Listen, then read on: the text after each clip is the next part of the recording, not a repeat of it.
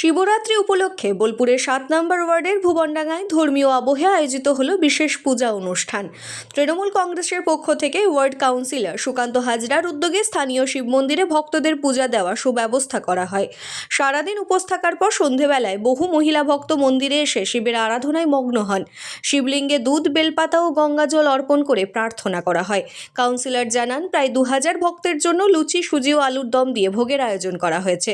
সকলের মঙ্গল কামনায় এবং এলাকার শান্তি ও সমৃদ্ধির উদ্দেশ্যে এই পূজার আয়োজন করা হয়েছে বলে তিনি উল্লেখ করেন। পুরো এলাকা জুড়ে ছিল ভক্তিমূলক পরিবেশ এবং উৎসবের আবহ।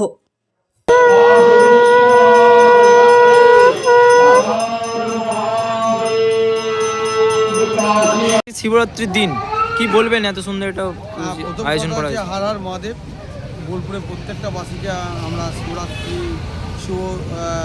শুভ সূচনা আমাদের প্রত্যেক বছর তৃণমূল কংগ্রেসের পক্ষ থেকে করা হয় এবং এখানে অনেক দর্শনার্থী পুজো দিতে আসেন এবং এখানে নিষ্ঠার সঙ্গে পুজো পালন করা হয়।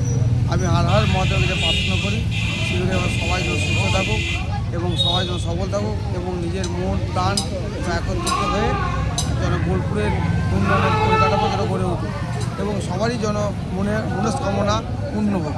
আজকে কিসের আয়োজন করা হয়েছে? ভোগের আয়োজন। আজকে ভোগের আয়োজন করা হচ্ছে লুচি, সুজি, পায়েস এবং আলুর দম।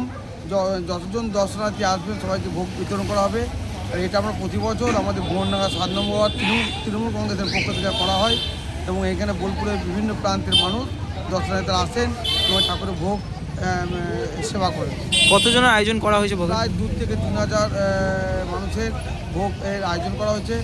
সকল দর্শনার্থী আসবেন এবং সেটা 9টার পর থেকে শুরু হবে এবং আমাদের যজ্ঞ মহাযজ্ঞের পর দিয়ে বোলপুর মানুষের মঙ্গল কামনার্থে পুজো দেওয়া হয়। কিছু কি প্রোগ্রাম, সাংস্কৃতিক প্রোগ্রাম কিছু? শক্তির যে আরাধনা, সেই সঙ্গে সাংস্কৃতিকের কিছু গান, তার সঙ্গে নৃত্য এখানে আমাদের কাল থেকে শুরু হবে 2 দিন এবং 17 তারিখে মহোৎসবের ভোগের আয়োজন করা হয়েছে। এই সব ঈশ্বর শিবের কৃপায় সব কিছু ঠিকঠাকই হয়েছে।